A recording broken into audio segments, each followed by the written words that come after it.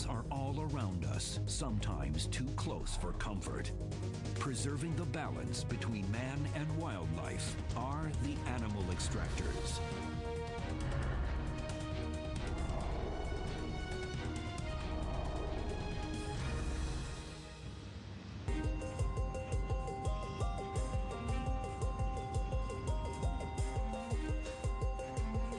Toronto, the agents of AAA Wildlife are gearing up for another day.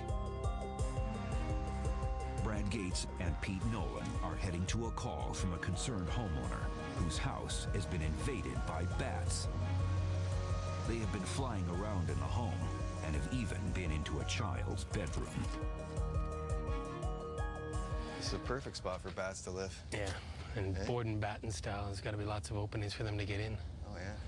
Yeah, bats love these type of homes. Hi, Richard. Yep. Hi, I'm Brad from AAA Wildlife Control. Nice to see you. Come on You in. have a problem with bats? Yep. The residents of the house have been through quite an ordeal. Then last night, Kelly and her daughter were in the middle bedroom, and I closed everything off. And they started flying around that middle bedroom, so they're coming in that middle bedroom, I figure. Upstairs. Yeah. Pete takes a look outside for signs of where the bats may have entered the home. Well, that looks like quite the suspect hole. I don't know if you can see the black spots that are on the yellow board. It's called board and batten, as well as on the side of the chimney. That's a sure sign there's a bat problem there. Bats are nocturnal creatures, but Brad and Pete know where to look. Following the signs, Brad climbs a ladder, and the problem quickly becomes clear. Oh, we have, wow. I can see 3 bats, eyes open, looking at me. They're probably near the entry hole here because it is so hot out today. At least they can get a bit of a breeze from here. They look like they're poised to come out as soon as it gets dark.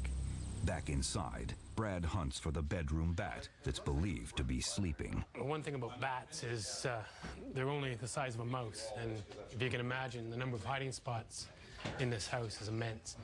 So we'll start with the room that he's seen him in, and hopefully we can find him. This is the room they were in last night. Pete finds the point of entry the bats have been using to get into the house. A hole near the soffit or cornice. They usually need, you know, space about that much to crawl through. Like that little hole there, that should be no problem for them to get into that system.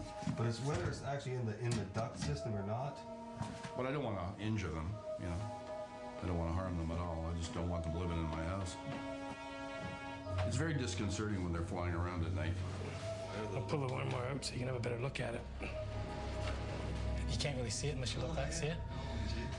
After a thorough search, they find the bat. And hopefully I can get it on the first grab. If not, it might take flight, but he can't leave the room, so. Okay, it's okay, buddy. Oh, he's being pretty quiet here. Oh, he's hanging on.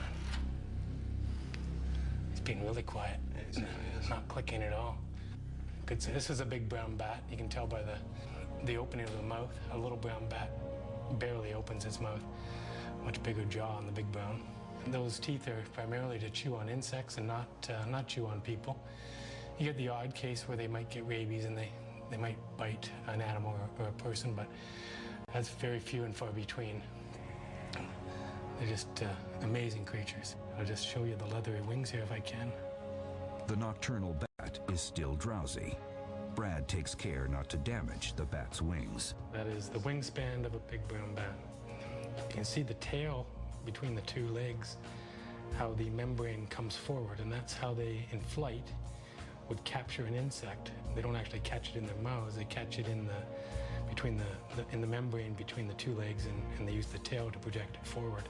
And then on the tip of the wing, on the outside to my right, over here, you can see the hook that they use to move about when they're crawling. The agents take the bat outside to release. I'm just going to hang the bat as it normally would be perched on the tree. Let's try to cover him up just for a second, keep him comfortable. See if he's already climbing. Oh, there he goes. Yeah, here he is. See out in the open there? I'll probably circle for a minute. Do a couple laps, get his bearings. With the bat removed from 5-year-old Abby's bedroom, Pete and Brad still have the problem of the colony of bats in the loft. The agents wait until dusk so they can deal with the hole in the side of the chimney. As night falls, the bats become active and prepare to feed. The sun is getting fairly low in the sky right now. I would say maybe in the next 10, they should become active. It'll just start slowly, and then there'll be a flood of bats. I can hear quite a bit of scratching and movement. I think they're moving into position to get ready to come out. I'm probably only moments away from them emerging from the attic. Here goes.